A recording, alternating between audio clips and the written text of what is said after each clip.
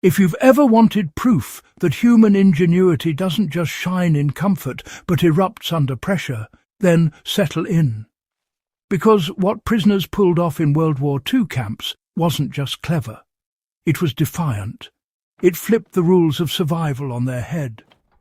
Men stripped of tools, fuel, and freedom still found a way to cook without fire, right under the watchful eyes of guards who controlled everything. And I mean everything. This wasn't a side trick or a lucky discovery. It was a system born from hunger, observation, and stubborn refusal to give in. And here's the kicker. The science they used back then is still used today in military rations and off-grid survival kits. What they created out of desperation is now considered standard in modern field heating. That's how effective it was. Let's get right to the heart of how they pulled it off, because this is where the survival gold is. Food in World War II prison camps was barely food at all. A scoop of rice, a scrap of bread, some watery broth pretending to be soup. But the real problem wasn't just quantity. It was the total ban on fire. No smoke, no flame, no glow. If it gave off heat that guards could detect, it was forbidden. Punished. Sometimes violently. Yet prisoners needed warmth, not for comfort, but to kill bacteria, soften grains, and make starvation rations even remotely edible. So they turned to what the camps unintentionally supplied: construction lime, rust, soap, ash, bits of metal. They studied how everything reacted with everything else, and eventually one reaction rose above all others. Calcium oxide, quicklime. You've probably seen it in construction sites today, tossed into soil or mixed into mortar. But when water hits it, something special happens. The reaction turns explosive with heat. No flame, no smoke, no fuel, just chemical energy, raw and immediate. Prisoners notice this when repair crews mix mortar. They saw steam rise, felt warmth by accident, and that was enough to spark a breakthrough. Picture a rusted tin can, maybe once filled with meat or condensed milk.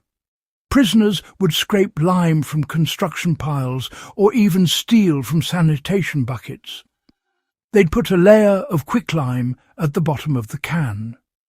Then, with timing that mattered more than taste, they'd add just a splash of water. Not too much.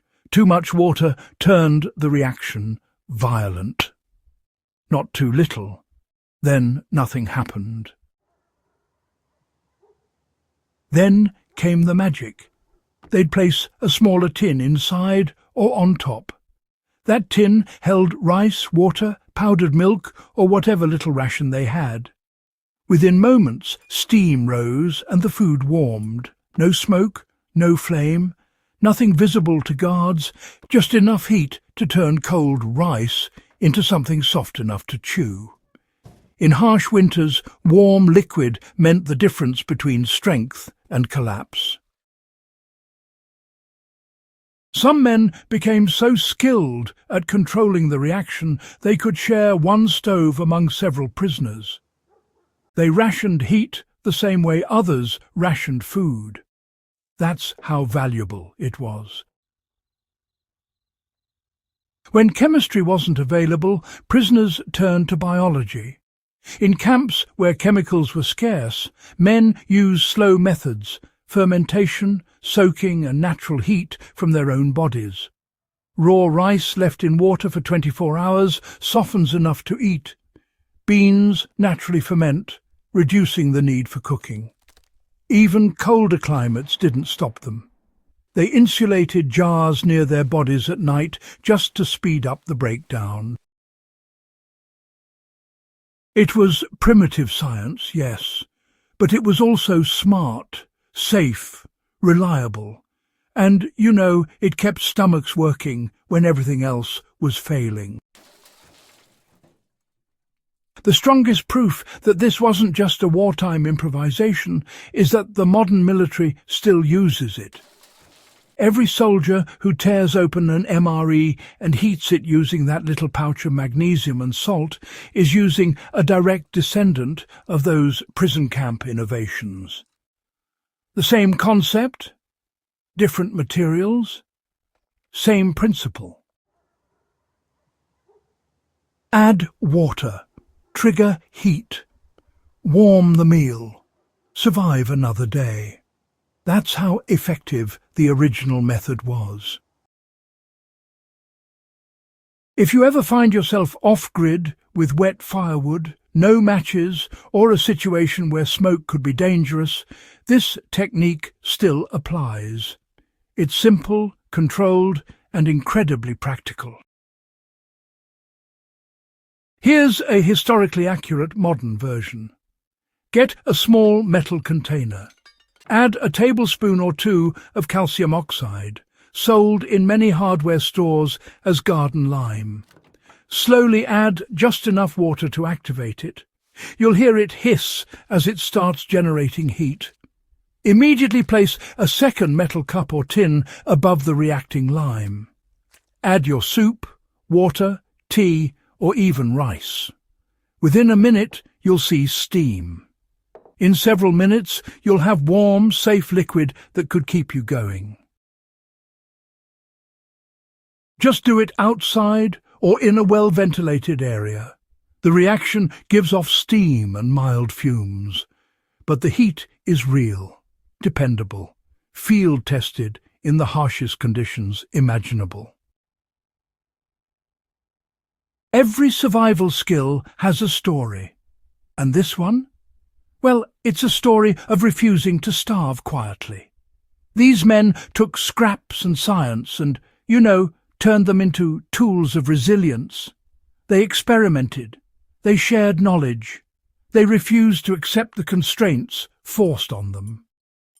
That mindset, curious, adaptable, unbreakable, is really the true heirloom here. Survival isn't about stockpiling gear. It's about mastering principles, understanding reactions, and knowing what materials can do when your life depends on it. Fireless cooking from World War II camps isn't, just a relic.